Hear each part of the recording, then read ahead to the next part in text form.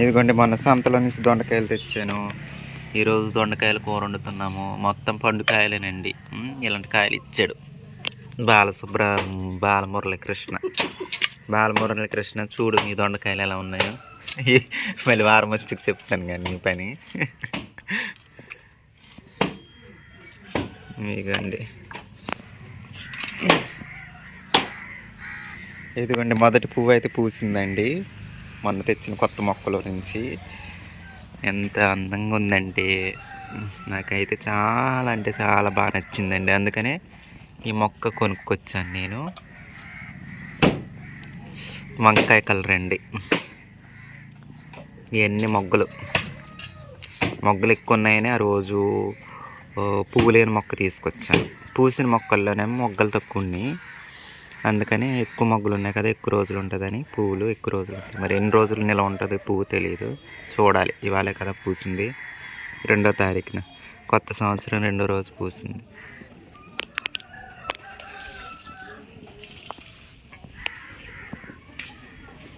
ఈ పువ్వు అయితే మొన్న నుంచి తెచ్చిన దగ్గర నుంచి అలాగే ఉందండి చక్కగా, ఇంకా వాడిపోలేదు.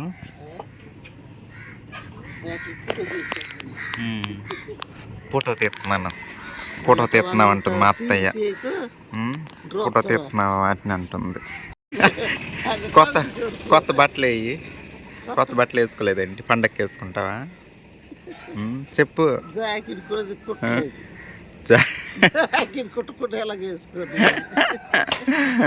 అవునా,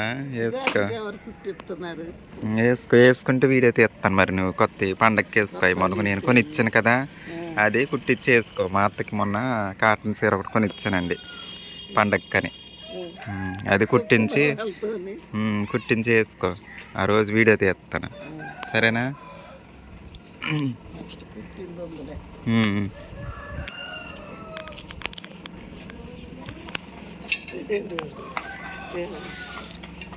ఇందులో 2 కలర్స్, ఈ రెడ్ పింకు, నెక్స్ట్ ఇది బిస్కెట్ కలరు, పింకు.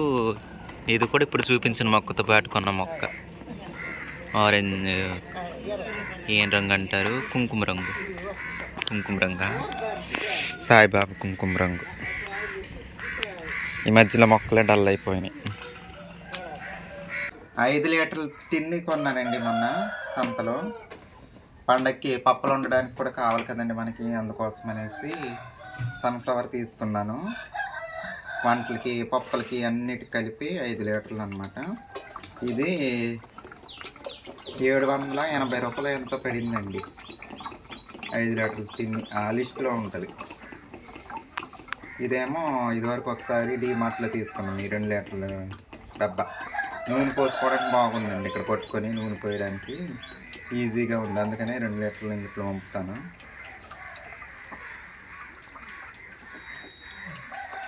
పండగ పప్పులకి, అలాగే ఈ నెలలో కూరలు వండడానికి.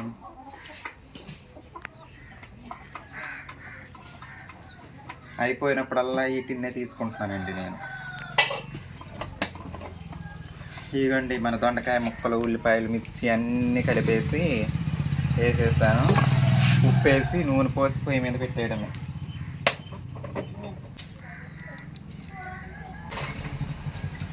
దొండకాయల కూర కదండి, కొంచెం నూనె ఎక్కువే పడుతుంది.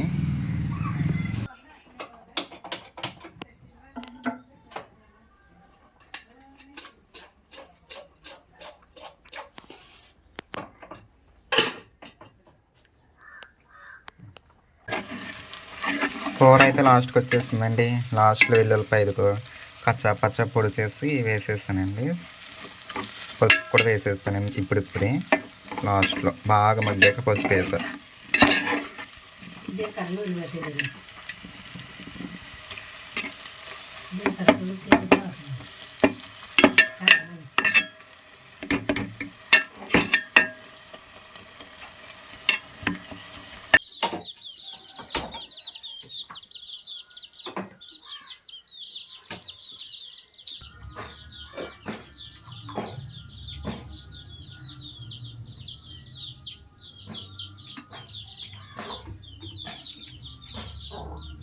కందువ చేప ముక్కలండి, ఫ్రైకి చాలా బాగుంటాయండి.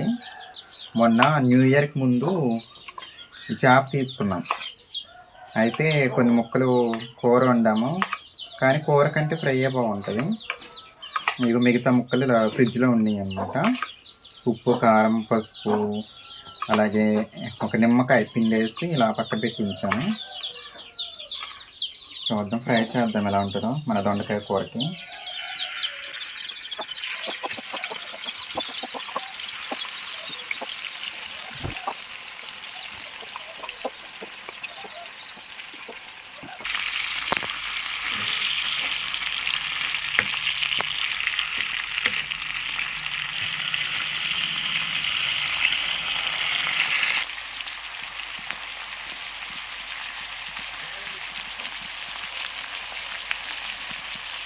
ఫ్రై అయితే రెడీ అయిపోయిందండి. చూసారా ఎంత మంచిగా కనిపిస్తుందో. లోపల కొంచెం మెత్తగానే ఉందండి. మొన్న అలాగే డీప్ ఫ్రై చేసేస్తాను గులివిందల్ని. ఆ రోజు కామెంట్ చేస్తారు, అంత డీప్గా ఫ్రై చేస్తే వాటిలో ఉన్న పోషకాలు పోతాయండి అనేసి ఆ కామెంట్ నుంచి చదివాను. థ్యాంక్స్ అండి. అంటే అవి కొంచెం చిన్న చేపలు కదండి, అందుకోసమని కొంచెం డీప్గా అయిపోయి. నెక్స్ట్ టైం చిన్న చేపలు కూడా డీప్గా అవ్వకుండా ట్రై చేస్తాను. ఇవైతే పైన క్రిస్పీగా ఉంది, లోపల పర్లేదండి, బాగానే ఉంది. తినేద్దాం, ఇంకా ఆలస్యం ఎందుకు. సరేనండి, అలాగా దొండకాయ కూర అయితే ఇదండి, చేప ఫ్రై. చూస్తుంటే మీకు కూడా నోరు ఊరిపోతుంది కదండి. నాకైతే చాలా ఇష్టం అండి ఇలా దొండకాయ ఫ్రై కూడా కాదు, ఇది బాగా మగ్గించేసాను అనమాట. ఇలా దగ్గర మగ్గిస్తే ఎంత బాగుంటుందో దొండకాయ.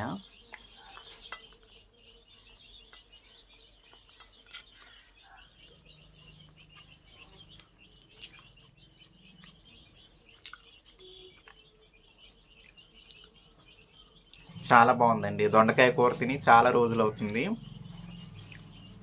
ఎందుకంటే దొండకాయ చాలా వేడండి, అందుకోసమని సరిగ్గా వండుకోము.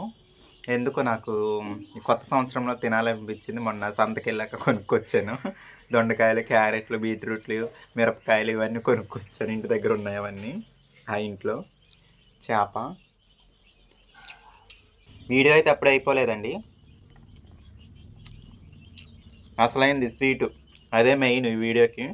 కొత్త సంవత్సరంలో మొదటి వంట అదేనండి. ఆ స్వీట్ అన్నది ఏంటన్నది చూద్దురు.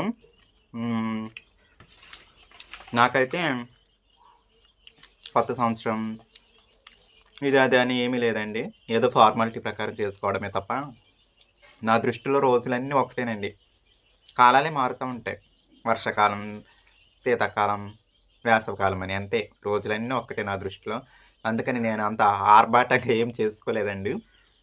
పడుకున్నానండి, 10ంటికే పడుకున్నాను. న్యూ ఇయర్ ముందు రోజు అయితే 10ంటికి మొబైల్ కూడా ఫ్లైట్ మోడ్లో పెట్టేసి ఎవరైనా కాల్ చేసినా కలవకుండా. నెక్స్ట్ డే నేను ముగ్గేసాను కదండి, లాస్ట్ వీడియోలో చూసారు. ఆ ముగ్గు అంతా కంప్లీట్ అయ్యాక అప్పుడు ఫ్లైట్ మోడ్ నుంచి తీసాను.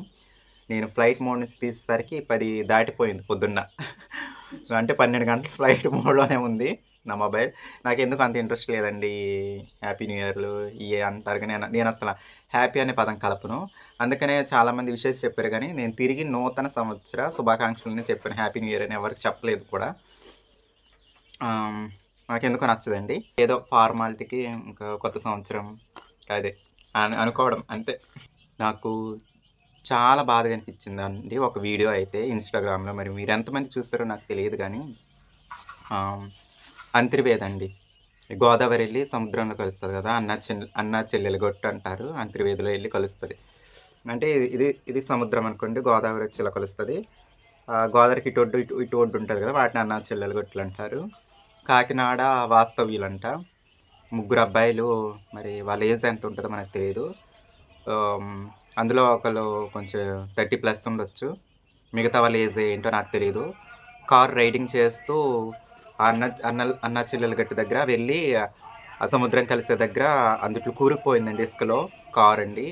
నిజంగా ఆ వీడియో చూసి చాలా బాధేసింది. న్యూ ఇయర్కి ముందు రోజు ఏం చేస్తామండి, ఎంజాయ్మెంట్ అనే పేరుతో అలాంటివి జరుగుతూ ఉంటాయి. ఎందుకండి అలా ఎక్కడికెక్కడికో వెళ్ళి చక్కగా ఫ్యామిలీతో తిని తాగి ఉండొచ్చు కదండి. చూడండి, ప్రాణాల మీదకి తెచ్చుకున్నారు. అయితే అందుట్లో ఆ డ్రైవ్ చేసే అబ్బాయి మాత్రం ఆ కారులోనే చనిపోయాడండి. నిజంగా కారు మునిగిపోయి ఇసుకలో కూరుకుపోయింది కదండి.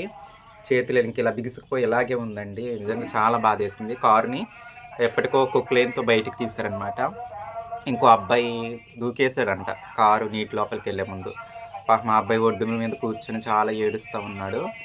తర్వాత నాకు చాలా బాధేస్తుందండి. ఎందుకండి అలాంటివి చేయడం న్యూ ఇయర్ అనేసి చెప్పేసి అసలెంత జనాలు అల్లకల్లోలం అయిపోతున్నారంటే బాబోయ్! అసలొకసారి సోషల్ మీడియా చూస్తే ఏంటి ఇలా అయిపోతుంది అనిపిస్తా ఉంటది నాకైతే. ఏంటో ఎవరి సరదా వాళ్ళదండి. ఇప్పుడైతే నేను చేయబోయే స్వీట్ అయితే మరి దాన్ని స్వీట్ అంటారో ఏమంటారో తెలీదు గానీ జున్నండి ఇంకా. చెప్తున్నాను. ఇది జున్ను పాలండి. మా పక్కూరు మెడికల్ షాప్ రామచంద్రం గారు ఇచ్చారండి. ఇది మొదటి రోజు పాలు కాదు, రెండో రోజుదన్నారు. మరి కరెక్ట్‌గా వస్తదో లేదో తెలీదు. చూద్దాం, ట్రై చేద్దాం. ఎలా వచ్చినా సరే తినేయాలి తప్పదు. ఫైనల్ వరకు చూడండి ఎలా వస్తదన్నది. జున్నయితే నేను మన ఛానల్‌లో ఎప్పుడు చేయలేదనుకుంటా. కానీ మన వెంకటలక్ష్మి అక్క ఉంది కదా, స్కూటీ అక్క, తను ఒకసారి చేసిందండి. అప్పుడు వీడియో తీశాను. తర్వాత నా అంతట నేను తీసానో లేదో నాకైతే గుర్తులేదు. చేశానో లేదో నాకు గుర్తులేదు. ఈరోజైతే నేను జున్ను చేయబోతున్నానండి. ఎలా వస్తుందో ప్రయోగం. ఇదైతే బెల్లమండి. నేను మరి దీనికి ఎక్కువ వద్దో తక్కువ వద్దో తెలియదు కానీ ఉజ్జాయింపుకి తీసుకున్నానండి. ఈ పాలు వచ్చేసి 1/2 లీటర్కి కొంచెం ఎక్కువ ఉంటుంది.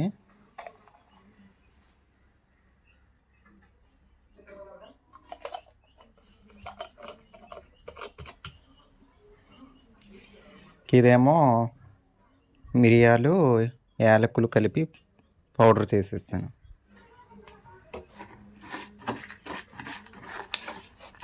దీన్నైతే ముందు కొంచెం కరగబెడదాం అనుకుంటున్నాను. కరుగుద్దో ఏమవుద్దో తెలియదు.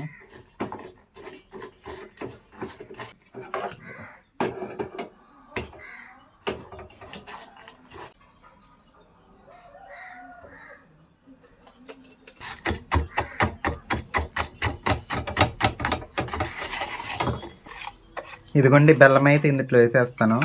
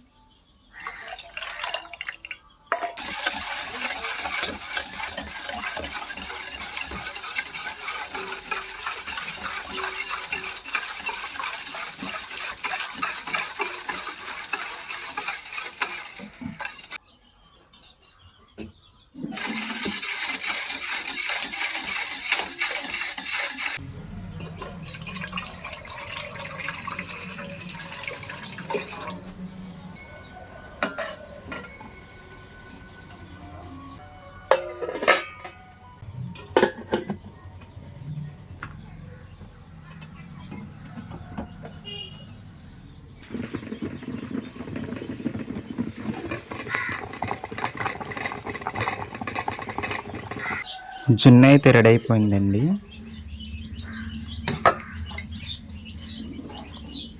మన ప్రయత్నం సక్సెస్ అయ్యిందో లేదో చూద్దాం. అస్సలు అంటుకోలేదండి.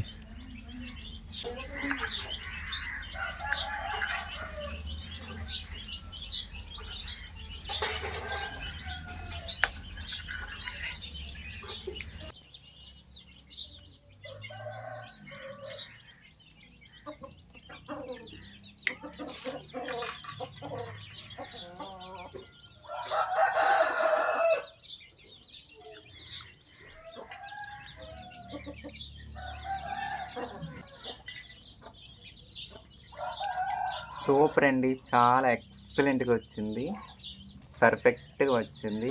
స్వీట్ కూడా కరెక్ట్గా సరిపోయిందండి. అసలు ఇలా వస్తుందని నేను ఎక్స్పెక్ట్ చేయలేదు. చాలా అంటే చాలా బాగా వచ్చింది.